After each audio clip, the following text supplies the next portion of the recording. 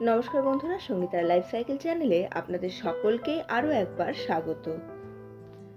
আজকে আপনাদের সঙ্গে শেয়ার করব রসগোল্লার রেসিপি, কিন্তু একটু অন্য স্টাইলে।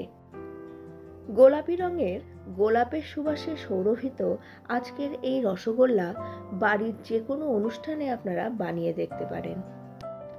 বানানো মোটেই কঠিন নয়। আমি যেভাবে বানাবো সেইভাবে শুধু স্টেপগুলোকে পরপর ফলো করবেন। একদম নরম তুলতুলে এই রসগোল্লাটা খুব সহজেই কিন্তু বানানো হয়ে যায়। আর একদম দোকানের মতো এই মিষ্টিতে রস ভেতর পর্যন্ত পৌঁছে যায়। দারুণ সফট এই রসগোল্লার রেসিপিটি আশা করছি আপনাদের প্রত্যেকেরই পছন্দ হবে।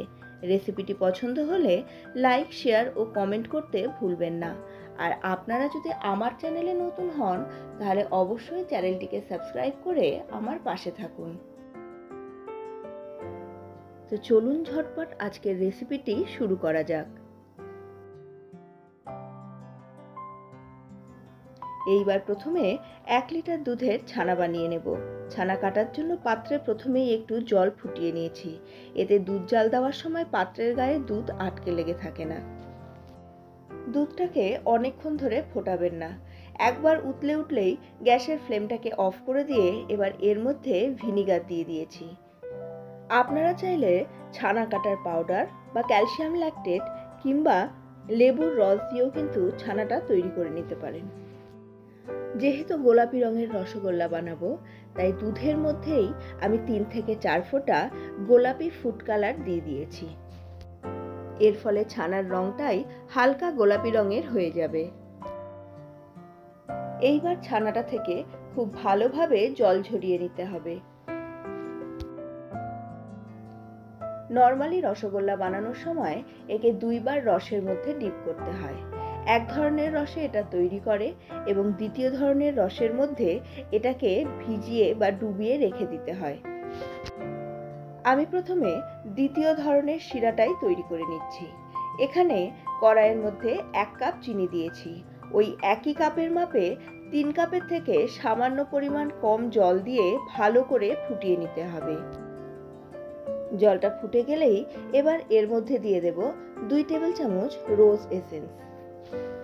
রোজ এসেন্স বা গোলাপ জল দেওয়ার জন্য আজকের রসগোল্লা থেকে কিন্তু বেশ সুন্দর একটা গোলাপের গন্ধ বেরোবে। এবার একটি পাত্রের মধ্যে জল ঝরিয়ে রাখা ছানাটাকে নিয়ে নেব। ছানাটা খুব বেশি হার্ড বা খুব বেশি নরম কিন্তু রাখবেন না। ছানাটা পারফেক্টভাবে জল ঝরানোর জন্য আপনি যদি 1 লিটার দুধের ছানা বানান তাহলে ছানাটার ওপরে 1 লিটারেরই একটা ভার চাপিয়ে রাখবেন। এতে দেখবেন ছানার ভেতর থেকে জলও বেরিয়ে যাবে এবং ছানাটা একদমই হার্ড বা শক্ত হবে না।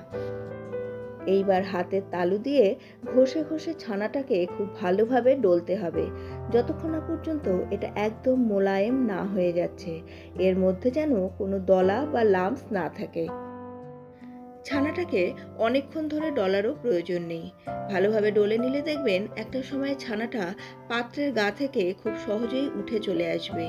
এতখানি এটাকে ডলতে হবে। এইবার এই ছানার মধ্যে আমি দেব 2 চামচ কর্নফ্লাওয়ার। এখানে 2 টিস্পুন কর্নফ্লাওয়ার মিশিয়ে নিয়েছি। এবার আবার ভালো করে এটাকে ডলে নিতে হবে, যাতে এর মধ্যে কর্নফ্লাওয়ারটা দলা পেকে না থাকে। খুব ভালোভাবে ছানাটা মাখার সময় দেখবেন ছানার মধ্যে থেকে ধীরে ধীরে ঘি বেরিয়ে আসবে। এই সময় এটাকে একটা ছোট্ট মণ্ডে পরিণত করে নিন এবং সেখান থেকে আপনি যেরকম সাইজের রসগোল্লা বানাতে চান সেই রকমভাবে ছোট ছোট বলের আকারে গড়ে নিন। রসগোল্লা কিন্তু রসে দেওয়ার সাথে সাথেই ফুলে উঠবে, তাই এখানে বানানোর সময় বিশাল বড় সাইজের বানাবেন না। আর অবশ্যই খেয়াল রাখবেন রসগোল্লার গায়ে যেন কোনো ক্র্যাক বা দাগ না থাকে। প্রথমেই যে শিরাটা বানিয়েছিলাম, এবার সেই শিরাটাকেই অন্য আরেকটি পাত্রে ঢেলে একদম ঠান্ডা করে নেব। এটাকে কিন্তু রুম টেম্পারেচারে নিয়ে চলে আসতে হবে। এবার ওই কড়াইয়ের মধ্যেই আবারও আরেকটা চিনির শিরা তৈরি করে নেব। এবারেও 1 কাপ চিনির মধ্যে 4 কাপ জল দিয়ে ভালো করে ফুটিয়ে নিতে হবে। জলটা ফুটতে ফুটতে এখানে রসগোল্লাগুলো তৈরি করে নিই।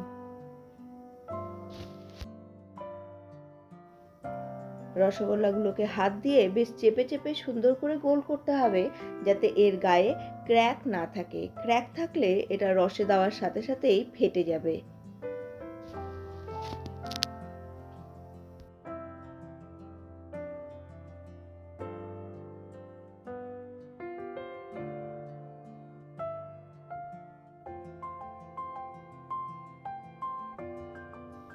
চিনির শিরাটা ফুটে উঠলেই এবার এর মধ্যে আবারও 2 টেবিল চামচ গোলাপ জল আর 1 টেবিল চামচ কেওড়ার জল দিয়ে দেব।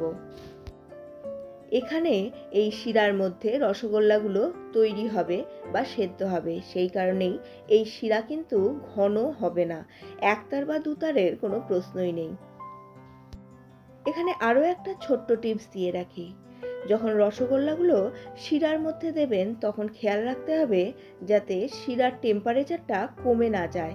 তাই একবারে সবগুলো না ঢেলে একটা একটা করে এর মধ্যে দিয়ে দেবেন। এবারে গ্যাসের ফ্লেমটাকে কম করে 15 মিনিটের জন্য এগুলোকে ঢেকে রেখে দিন। মাঝখানে মাঝখানে অবশ্যই এটাকে খুলে চেক করতে হবে। যদি মনে হয় চিনির শিরাটা ঘন হয়ে যাচ্ছে, সেক্ষেত্রে সাইড থেকে অল্প অল্প করে ফুটন্ত গরম জল এর মধ্যে ঢালতে হবে। এতে শিরাটা ঘন হবে না, পাতলাই থাকবে এবং মিষ্টিটা রসগোল্লার ভেতর পর্যন্ত ঢুকে যাবে। 15 থেকে 20 মিনিট এগুলোকে ফোটালেই দেখবেন রসগোল্লার সাইজ আগের তুলনায় 3 থেকে 4 গুণ বড় হয়ে গেছে। এইবার গ্যাসের ফ্লেমটা অফ করে 5 মিনিটের জন্য এগুলোকে রেখে দেব। তারপরে এই গরম শিরা থেকে একটা করে রসগোল্লা তুলে ঠান্ডা শিরাটার মধ্যে আবার দিয়ে দেব। ঠান্ডা শিরার মধ্যে রসগোল্লাগুলো দেওয়ার পরে দেখবেন এগুলো ভেসে থাকছে। এইখানে দিয়ে রসগোল্লাগুলোকে 3 থেকে 4 ঘন্টার জন্য ঢেকে রেখে দিন। দেখুন রসগোল্লার সাইজ আরও বড় হয়ে যাবে এবং আরও অনেক রস ভেতরে ঢোকার জন্য এগুলো ভারী হয়ে গিয়ে এই শিরার মধ্যে একদম ডুবে যাবে। 3 থেকে 4 ঘন্টা পরে এগুলোকে শিরা থেকে বের করে নিন এবং পরিবেশন করুন। এগুলোকে পরিবেশন করার জন্য আমি এখানে কিছু ড্রাই রোজ পেটাল আর নিয়েছি সামান্য পরিমাণ পেস্তাকে একটু কুচি করে, যেটা এই রসগোল্লার লুকসটাকে অনেক বেশি এনহ্যান্স করে দিয়েছে। বন্ধুরা, আশা করছি আজকের এই গোলাপি রসগোল্লার রেসিপিটি আপনাদের পছন্দ হয়েছে। রেসিপিটি পছন্দ হলে লাইক, শেয়ার ও কমেন্ট করতে ভুলবেন না।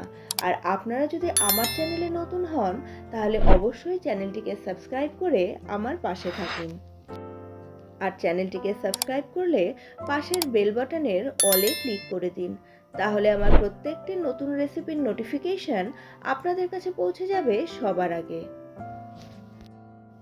আপনাদের সঙ্গে দেখা হচ্ছে পরবর্তী আরও একটি নতুন ধরনের রান্নার ভিডিও নিয়ে। ততক্ষণের জন্য সুস্থ থাকুন, ভালো থাকুন এবং অবশ্যই এই রেসিপিটিকে একবার হলেও ট্রাই করে দেখুন।